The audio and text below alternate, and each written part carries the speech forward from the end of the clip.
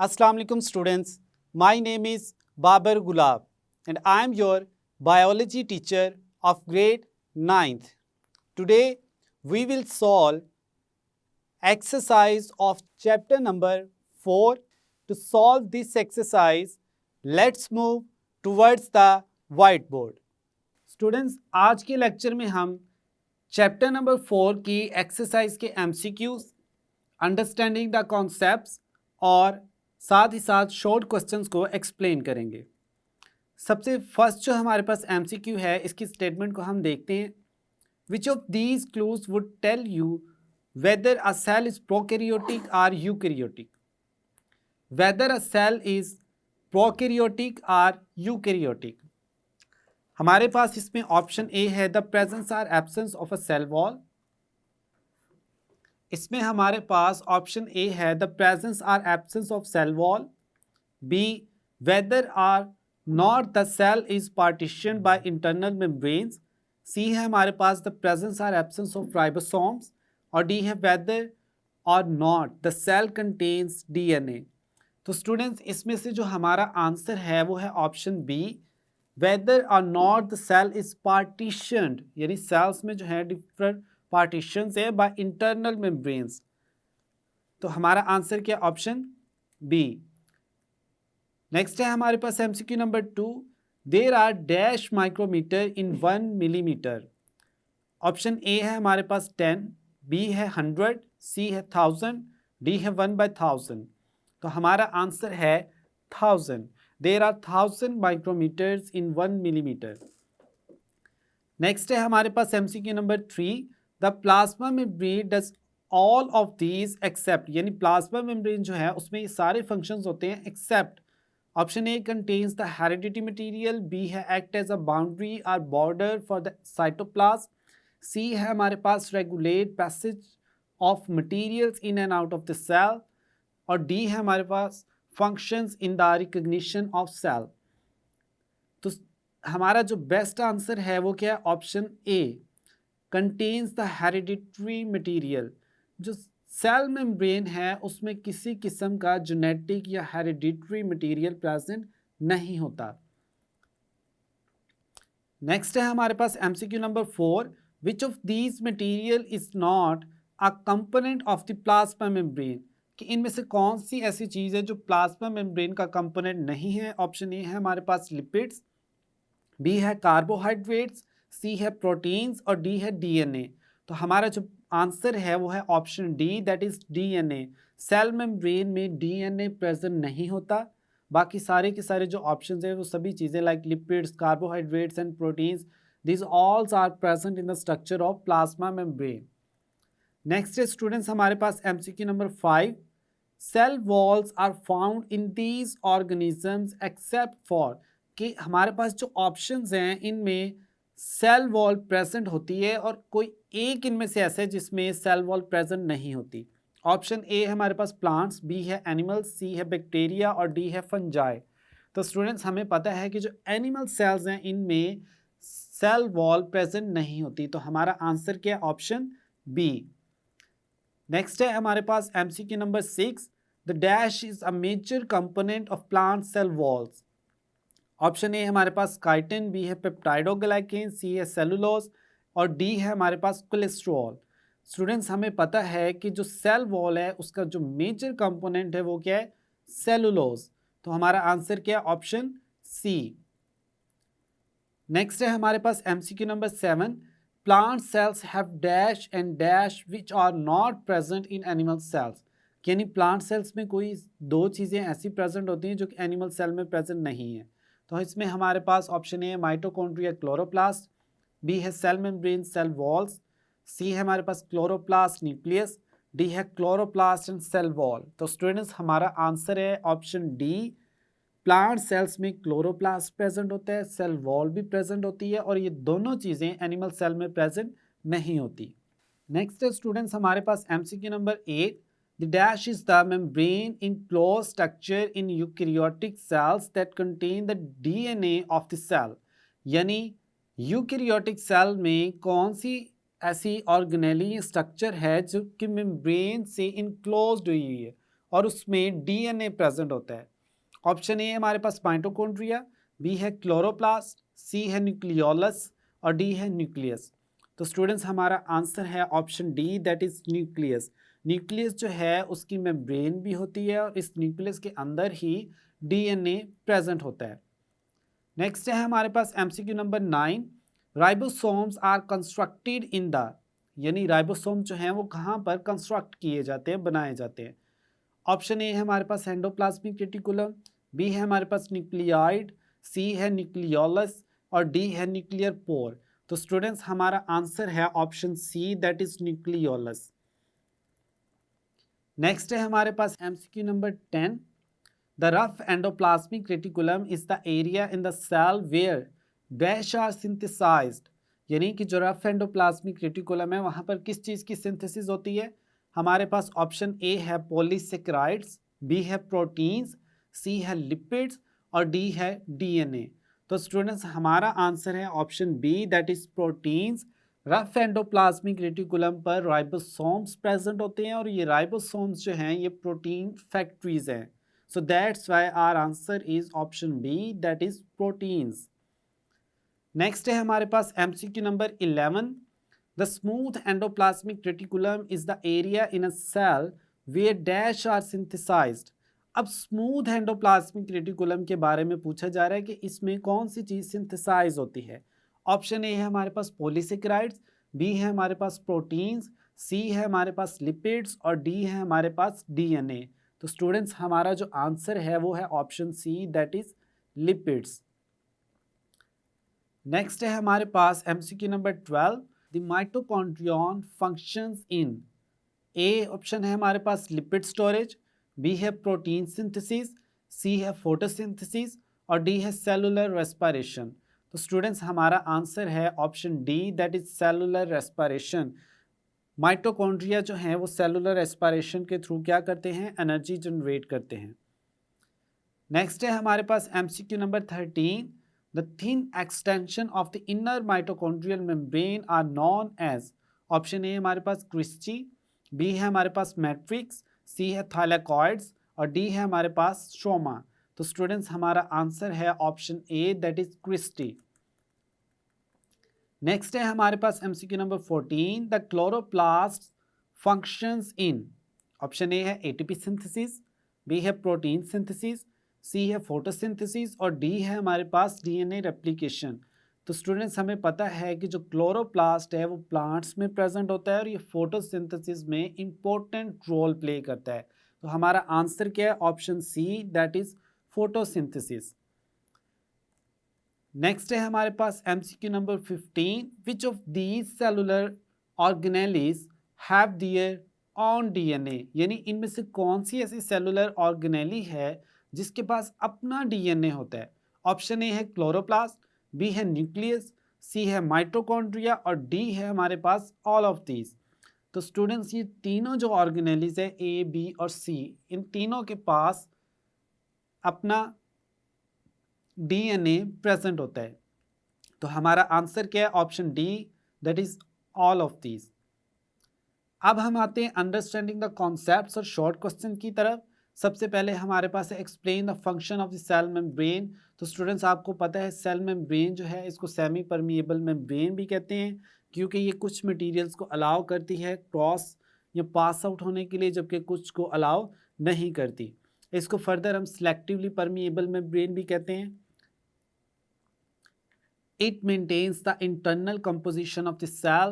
Cell membrane also senses chemical messages and can identify other cells. Next है हमारे पास describe the structure of the cell wall, कि जो cell wall है इसके structure को describe करें।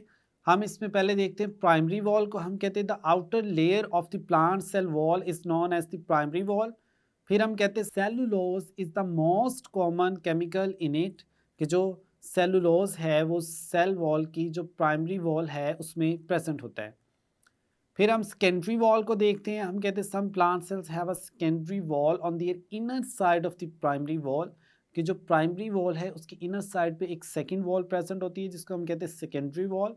It is much thicker and contains lignin and some other chemicals. अब इसमें कौन से कंपोनेंट प्रेजेंट होते हैं, इसमें लिग्निन प्रेजेंट होता है। नेक्स्ट हमारे पास क्वेश्चन है discuss nucleus structure and functions. तो इसमें सबसे पहले आपने न्यूक्लियस के स्ट्रक्चर को एक्सप्लेन करना है, जिसमें न्यूक्लियर इन्वेलप है, न्यूक्लियोप्लाज्म है, न्यूक्लियोलस है, फिर इसमें क्रोमैटिन है, क्रोमोसोम्स हैं। फिर अगर इसके फंक्शन की बात की जाए तो हम कहते हैं the nucleus controls and regulates the activities of the cell, for example growth. Next हम कहते हैं carries the genes structure that contain hereditary materials. Next हमारे पास क्वेश्चन है describe the structure and functions of the endoplasmic reticulum and Golgi apparatus. तो जो हमारे पास एंडोप्लाज्मिक रेटिकुलम है, इसकी टू टाइप्स हैं, रफ एंडोप्लाज्मिक रेटिकुलम और स्मूथ एंडोप्लाज्मिक रेटिकुलम। रफ की अगर बात की जाए तो हम कहते हैं इस पर राइबोसोम्स प्रेजेंट होते हैं, जिसकी वजह से यहाँ पर क्या चीज़ सिंथेसाइज होती है, प्रोटीन सिंथेसाइज होती है। जो हमारे पास स्मूथ एंडोप्लाज्मिक रेटिकुलम है, इसमें हम कहते हैं लिपिड मेटाबॉलिज्म होती है, transport of the material from one part of the cell to other. फिर साथ ही साथ हम कहते हैं detoxification of the harmful chemicals, यानी जो हार्मफुल केमिकल्स है उनको डिटॉक्सिफाई किया जाता है, यानी उनको टॉक्सिक से नॉन टॉक्सिक फॉर्म में चेंज किया जाता है। अब हम बात करते हैं गोल्गी एपरेटस की। तो इसके स्ट्रक्चर की बात की जाए, हम कहते हैं in this set cisternae are stacked over each other. इसमें एक सिंगल यूनिट जो है वो क्या है, सिस्टर्ना है, जो कि एक दूसरे के ऊपर स्टैक हुई होती हैं। फिर फंक्शन की बात की जाए तो हम कहते हैं it modifies molecules coming from the rough endoplasmic reticulum and packs them into small membrane bounded sacs called Golgi vesicles. यानी जो रफ एंडोप्लाज्मिक रेटिकुलम है उसकी तरफ से जो मॉलिक्यूल्स आ रहे हैं उनको पैक करते हैं मेम्ब्रेन बाउंड सैक्स में, और उनको हम फिर क्या कहते हैं, गोल्गी वेसिकल्स। नेक्स्ट हमारे पास स्टेटमेंट है describe the formation and function of the lysosome, कि लाइसोसोम्स बनते कैसे हैं और इनका फंक्शन क्या है, ये एक्सप्लेन करना है आपने। हम कहते हैं during its function a lysosome fuses with the vacuole that contain the targeted materials and its enzymes break down the material. जो लाइसोसोम्स हैं वो अपने टारगेट के साथ वैक्यूल के साथ फ्यूज़ करते हैं और एंजाइम्स जो हैं उसमें रिलीज़ कर देते हैं। अब ये जो एंजाइम्स हैं ये ब्रेक डाउन करते हैं मटेरियल्स की। फर्दर हम कहते हैं they contain strong digestive enzymes and work for the digestion of food and waste materials within the cell, कि इनके पास स्ट्रॉन्ग डाइजेस्टिव एंजाइम्स होते हैं जो कि फूड की डाइजेशन करते हैं और वेस्ट मटेरियल की सेल के अंदर। नेक्स्ट हमारे पास जो क्वेश्चन है explain what happens when a plant and animal cell is placed in a hypertonic solution, कि जब एनिमल या प्लांट सेल को एक हाइपरटोनिक सॉल्यूशन में रखा जाएगा तो क्या होगा। हम कहते हैं व्हेन एन एनिमल और plant cell is placed in a hypertonic solution it will lose water and will shrink in size, यानी जो सेल है उसका जो वाटर है वो क्या होगा, हाइपरटोनिक सॉल्यूशन में चला जाएगा, क्योंकि बाहर सॉल्ट्स की जो कंसंट्रेशन है वो क्या है, ज़्यादा है। तो अब जो सेल है वो क्या हो जाएगा, श्रिंक हो जाएगा। नेक्स्ट हमारे पास स्टेटमेंट है explain the phenomena involved in the passage of matter across cell membrane. हम कहते हैं cell membranes do it through the phenomena of diffusion, facilitated diffusion, फिर हम कहते हैं osmosis, filtration, active transport, endocytosis, exocytosis. ये सभी प्रोसेसेस जो हैं ये सेल मेम्ब्रेन के अक्रॉस होते हैं।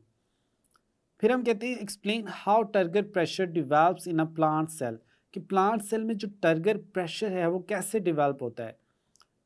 हम कहते हैं most plant cells live in a hypotonic environment. जब हाइपोटोनिक इन्वायरमेंट में सेल प्रेजेंट है तो क्या होगा, there is a low concentration of solutes in extracellular fluids than in cell, कि सेल के अंदर जो है सॉल्ट्स की या सोल्यूट्स की कंसंट्रेशन ज़्यादा है। अब इन्वायरमेंट से जो वाटर है वो क्या होगा, सेल के अंदर आ जाएगा। हम कहते हैं as a result water first tends to move inside the cell and then inside the vacuoles. फिर हम फर्दर कहते हैं when a vacuole increases in size cytoplasm presses firmly against the interior of the cell wall which expands a little. Due to the strong cell wall, the cell does not rupture but instead become rigid. अब जब cell के अंदर जो है वो water present है, vacuole में water fill हो गया, अब क्या होगा, वैक्यूल जो है वो साइज में इंक्रीज कर जाएगा और सेल वॉल पे एक प्रेशर क्रिएट होगा। सेल वॉल चूंकि एक रिजिड स्ट्रक्चर है तो वो रप्चर नहीं करेगी, लेकिन इसके रिजल्ट में जो ओवरऑल सेल है वो क्या हो जाएगा, स्वेल कर जाएगा, जिसको हम रिजिड भी कहते हैं। तो इस तरह से जो टर्गर प्रेशर है वो एक सेल के अंदर क्रिएट किया जाता है in the presence of a hypotonic environment. Next हमारे पास स्टेटमेंट है, state the relationship between the cell structure and cell function. कि सेल के स्ट्रक्चर और फंक्शन के बिटवीन आपने जो है वो एक रिलेशन एक्सप्लेन करना है। हम कहते हैं the bodies of animals and plants are made up of different cell types, each type perform specific function and all coordinated functions perform the life processes of organisms. यानी एनिमल्स और plants जो हैं इनकी बॉडीज़ जो हैं वो different cells से मिलके बनी हैं और हर सेल्स जो हैं वो आपस में कोऑर्डिनेट करते हैं और एक स्पेसिफिक फंक्शन परफॉर्म करते हैं, जिसकी वजह से जो ऑर्गेनिजम्स हैं उनमें डिफरेंट लाइफ प्रोसेसेस जो हैं वो कंटिन्यू किए जाते हैं। नेक्स्ट है हमारे पास, describe the differences in prokaryotic and eukaryotic cells. तो स्टूडेंट्स इसमें आपने यूकैरियोटिक और जो प्रोकैरियोटिक सेल्स हैं इसके टेबल जो है आपकी बुक में दिया गया है, उसको अच्छे से आपने रिवाइज करना है और याद भी करना है। यहाँ पर हम कुछ डिफरेंसेस को देखते हैं, eukaryotic cells have a prominent nucleus while prokaryotic cell do not have a prominent nucleus. फिर हम कहते हैं membrane bounded organelles like mitochondria, Golgi apparatus are present in eukaryotic cell while membrane bounded organelles are absent in prokaryotic cell. Next हम कहते हैं ribosomes are larger in size in case of eukaryotic cells while smaller ribosomes are present in prokaryotic sales.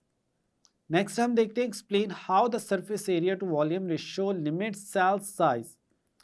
इसमें हम कहते हैं कि most cells are small in size in relation to their volumes, larger cells have less surface area as compare to smaller sales.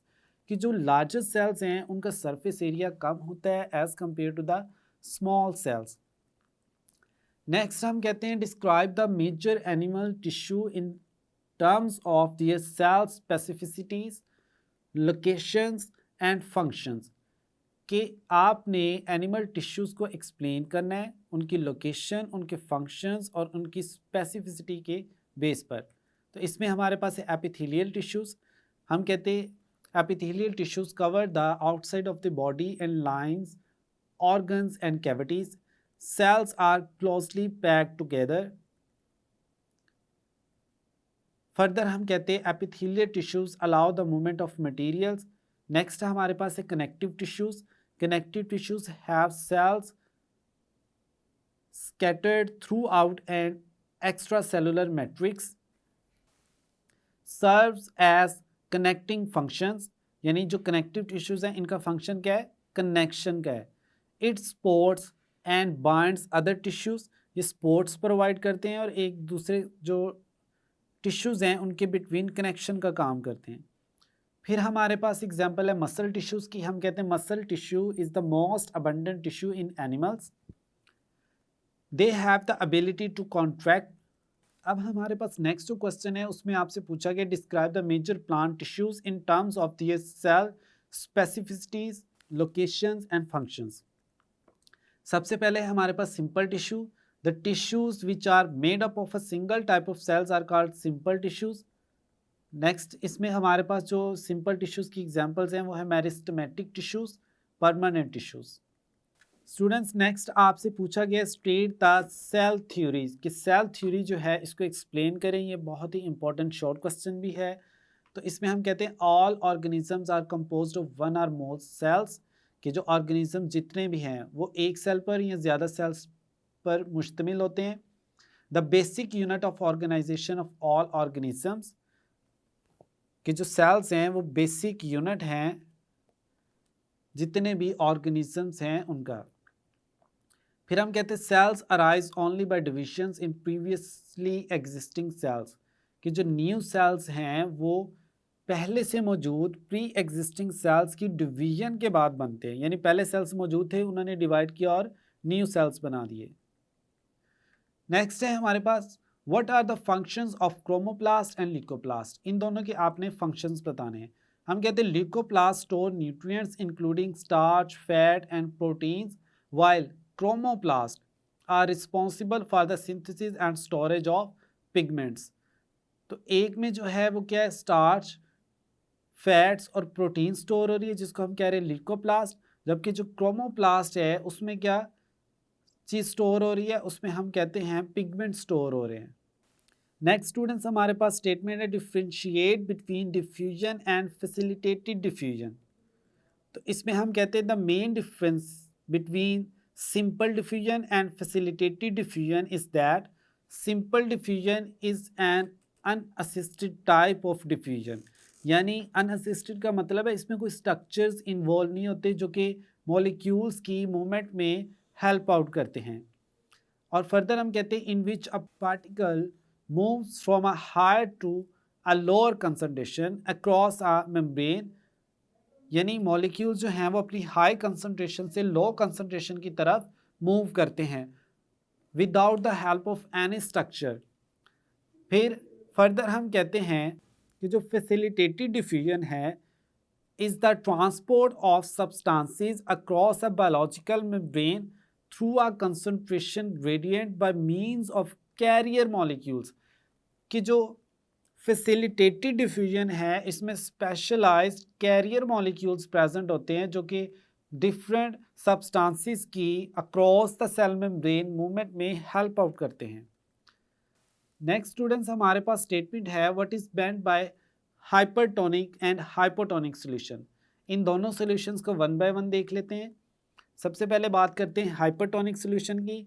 हम कहते हैं hypertonic solution is one where the concentration of solutes is greater outside the cell than inside it। कि solution जो है जिसमें cell को place किया गया है उस solution में solutes की concentration ज़्यादा है जबकि सेल के अंदर जो solute की concentration है वो कम है। दूसरा है हमारे पास hypotonic solution। हम कहते हैं solution in which the concentration of solutes is greater inside the cell than outside of it। कि अब जो सेल है उसके अंदर सोल्यूट्स की कंसंट्रेशन ज़्यादा है जबकि जिस सॉल्यूशन में सेल को रखा गया है उसमें सोल्यूट्स की कंसंट्रेशन क्या है, कम है। तो यहाँ तक था स्टूडेंट्स आज का हमारा लेक्चर जिसमें हमने चैप्टर नंबर 4 की एक्सरसाइज को एक्सप्लेन किया। स्टूडेंट्स आज के लेक्चर में हमने एक्सरसाइज को सॉल्व किया। आपने एक्सरसाइज की अच्छे से प्रैक्टिस कर लेनी है और एक्सरसाइज के जो MCQs हैं, शॉर्ट क्वेश्चंस हैं और अंडरस्टैंडिंग द कॉन्सेप्ट्स हैं, इनको अच्छे से रिवाइज करना है और याद भी करना है। मिलते हैं नेक्स्ट लेक्चर में। अल्लाह हाफिज़।